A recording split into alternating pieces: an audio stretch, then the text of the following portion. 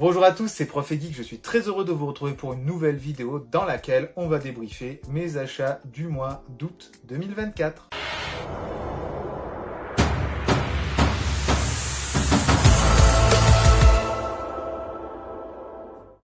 Une vidéo qui devrait être assez courte, j'ai été vraiment relativement sage, mais je tenais quand même à vous présenter un petit peu ces quelques achats avec lesquels je suis très content. Il y a quelques occasions que j'ai trouvées qui étaient très sympathiques et on va d'abord commencer par un titre neuf. Pendant mes vacances, je suis allé dans un espace culturel de Leclerc où j'ai eu la chance de trouver un titre Batman que je voulais, qui est assez récent, mais ils avaient la couverture collector, donc j'en ai profité et ce titre c'est Joker The Winning Card.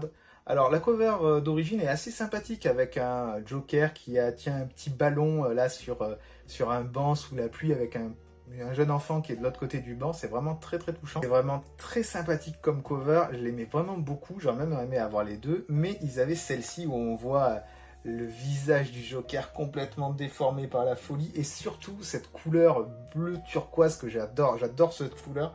Et avec les cheveux sur le visage, là, ce sourire diabolique, j'adore. C'est un titre que j'attendais. Je vous avais présenté Les Derniers Jours d'un Clown que j'avais pris au mois de juillet. Il est assez court, je vais sûrement le lire dans pas très longtemps, je pense, et je vous ferai un débrief si ça vous intéresse. Beaucoup de sorties de Joker. Le meilleur ennemi de Batman est mis à l'honneur en ce moment. On est parti cette fois-ci dans un univers lointain, très lointain, avec des occasions que je suis vraiment ultra heureux d'avoir pu récupérer, puisque quelqu'un sur les réseaux vendait sa collection et j'ai pu récupérer des titres qui me manquaient et qui sont un peu rares. Alors bon, je vais pas m'étaler sur le prix que j'ai payé, c'est pas le but tout ça, mais ça m'a fait super plaisir puisque j'ai pu avoir The Clone Wars Mission 4, les chasseurs Sith. Il m'en manque plus que le 5 que je n'arrive vraiment pas à trouver, à voir passer. Alors celui-ci on le voit par exemple passer à 70 ou 100 euros. Je l'ai eu pour beaucoup moins cher et c'est un des rares titres Delcourt que je n'avais pas. Je suis super heureux d'avoir pu le récupérer. Ça me fait plaisir de compléter un petit peu ma collection, en tout cas dans l'univers Legend, puisqu'il s'agit du Legend et que je suis très fan moi de la collection Delcourt, de ce qu'ils avaient fait avant que ça passe chez Panini en tout cas. J'espère pouvoir trouver rapidement ce tome qui va me manquer. Il va me manquer quelques tomes chez Delcourt, mais j'aurai presque tout. J'espère vous présenter un peu de Star Wars. En tout cas, s'il y a des titres que vous voulez que je vous débriefe, n'hésitez pas à me les mettre dans les commentaires. Toujours dans le Star Wars, mais vraiment un peu différent, j'ai pu récupérer chez Larousse. Oui, puisque Larousse a édité quelques œuvres Star Wars, Les Carnets de l'Empire et Le Code du Chasseur de Primes. C'est des petits recueils documentaires dans lesquels on apprend énormément de choses sur, du coup là, les Chasseurs de Primes et l'Empire. Il y en a eu plusieurs, hein. Vous en avez un sur les Sith, un sur les Jedi, un sur les Padawan. Alors certains sont des jeux, hein. C'est vraiment un peu de réflexion. Il y a eu les droïdes, il y a les archives rebelles, il y a les Stormtroopers.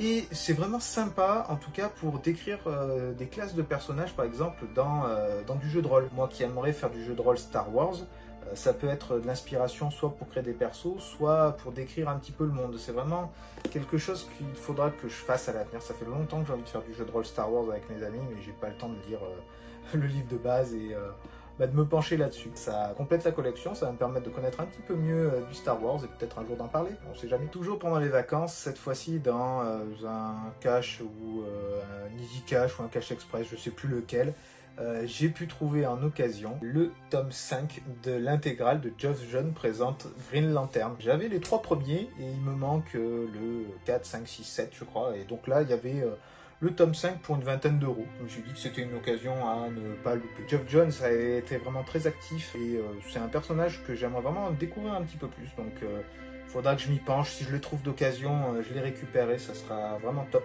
Surtout pour une vingtaine d'euros, ça vaut vraiment le coup. Au même endroit, j'ai également trouvé les tomes 22 à 27 de Jojo Lion, la saison 7 ou 8 de Jojo Bizarre Aventure, que j'ai pu avoir vraiment pour pas cher, puisqu'en plus, il faisait une promo, le manga acheté, le 3e offert. J'en ai profité à mort. Il va me manquer du coup plus que le tome 21, puis après Jojo Land, les tomes 1 et peut-être 2 qui va bientôt sortir. Petit à petit, j'avance là-dessus. Il faudra que je me remette à lire du Jojo. Je me suis arrêté à la saison 4, qui était très sympa.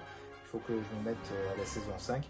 En tout cas, j'ai bientôt rattrapé tout mon retard. La vidéo touche à sa fin, j'espère qu'elle vous aura plu. Vous avez vu, j'ai été vraiment plutôt sage par rapport au mois d'avant. Bon, j'avais eu des cadeaux de mes amis, collègues de boulot. Là, franchement, j'ai été vraiment plus sérieux. Bon, aussi, il y a eu les vacances, donc on a dépensé sur plein de choses. Je me suis un peu calmé du coup. En tout cas, dites-moi en commentaire des achats que j'ai fait qui vous ont plu. Quels sont vos achats? Qu'est-ce que vous avez acheté? Qu'est-ce que vous lisez en ce moment? J'adore quand vous me conseillez, dites-moi un peu tout ça. J'adore quand on interagit ensemble, c'est juste génial. Je remercie toujours également ma monteuse Ezra qui fait un travail formidable, que ce soit au montage et à la miniature. N'hésitez pas à aller la suivre sur les réseaux. Allez dans la description, il y a son Instagram qui est marqué. Allez-y de ma part, contactez-la, elle est géniale. C'était Prof et Geek, je suis très content d'avoir fait un petit bout de chemin avec vous dans ce multivers de la pop culture. On se retrouve très bientôt pour une prochaine vidéo. Ciao ciao!